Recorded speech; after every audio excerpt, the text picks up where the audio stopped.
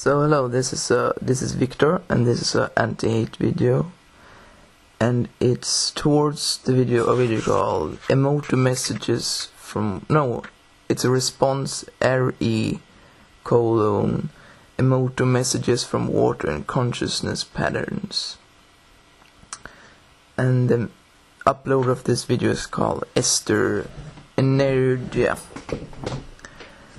And what is discussed in this video is water, and how words spoken when water is close to you. For example, if I speak the word love, then the water crystals would shape in a specific form, and this is taken from the research of Emoto, which is then with microscope investigated how the crystals change when you speak certain words. And what this person is then suggesting in this video is that sort of these words hold a sort of intrinsic value, and that these values then can be seen as to the picture of the water crystals. And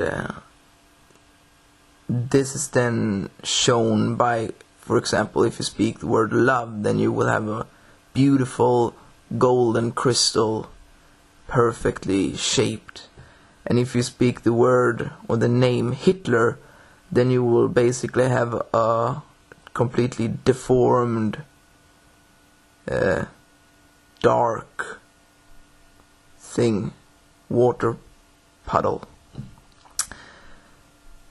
So what is not realized is that what these pictures show is not in fact the intrinsic value of a word or an expression, but instead the one who speaks the words definition and idea of the word. So for example, if Emoto spoke the word love or prayer, and he within himself had defined this according to feelings of, he feels positive, then the water crystal would form as this golden thing, implying then that this word was good. And if then Emoto spoke the name Hitler, which he within himself had defined as disgusting and like ugly and terrible, then the water would then form as reflect his judgment within himself. So what isn't realized is that in reality all words are equal,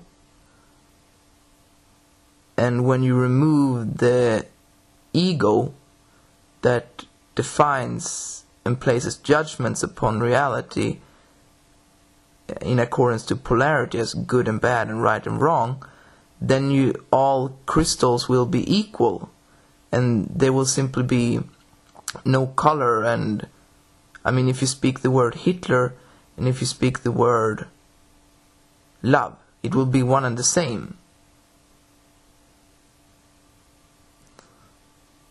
So that is what Emoto missed, because he thought that when he said love, for example, that it was the intrinsic value of the word love that showed in the water crystal, while it wasn't, because it was his own subjective judgment of the word love.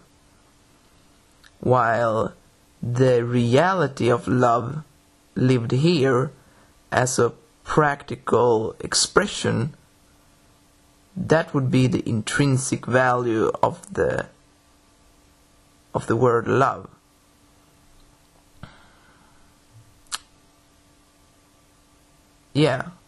So that's what he missed. And then this person in this video goes on to say that it's easy to change pre-programming because of these symbols. And because these symbols pop up, if I speak word love, for example, then the water crystals in my body, my body consists mostly of water, will then change this beautiful golden resonance, and I would apparently reprogram myself. But unfortunately it doesn't work like that, because what is the very programming is these crystals. These golden crystals, even if they look beautiful, they are in fact programs of enslavement. Because I haven't in fact created these crystals. I mean, if I speak the word love and all my crystals turn beautifully golden and I feel really good, this doesn't mean that I've reprogrammed myself. It simply means that I've activated an already existing program within me. Because I mean, the word love has already been defined and created, and it already exists within me. And that is why when I speak the word, that's why it becomes, it's why I feel good.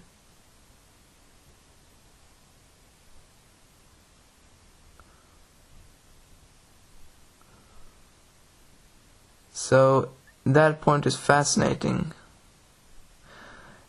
And the reason as to why it isn't easy to reprogram oneself is because all of the words we use have been tainted with polarity and judgment. Like I said, when we speak love, it's not the actual real word love as the actual practical application of the word love we speak, but instead we have been programmed to connect love to a feeling-based and picture-based idea of the word love, instead of the actual sound of love, the practical living of love here. And so why it's so difficult to change is because one has to go through the words one live, as if one live love, for example, and then delete all positive connotations and all negative connotations. One has to delete all energies and all thoughts in relation to that word, so that one isn't controlled by any feeling, emotion or thought, because that isn't really me. But the feelings and the emotions and the thoughts, that's the deception, the enslavement.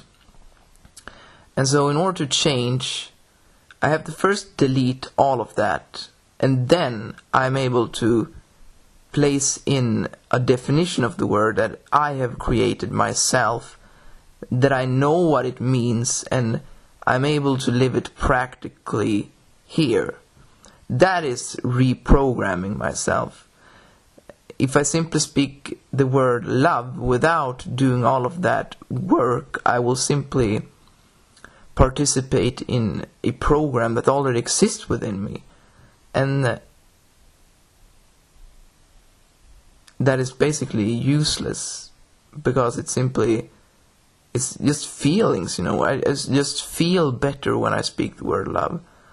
And the polarity of the word also exists. So if I speak love, then I will also activate hate within me. As all of these,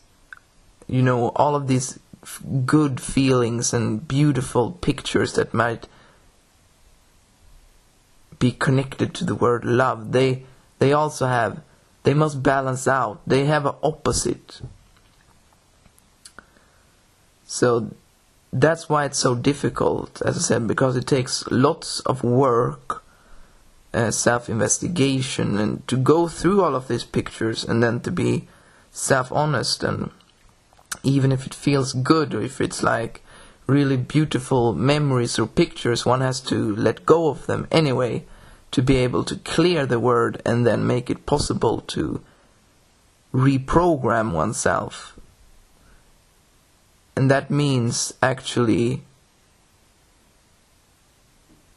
creating oneself. So it's nothing, you don't speak love and then you simply change, because you have to in fact decide what the word love is going to mean in a practical and here application.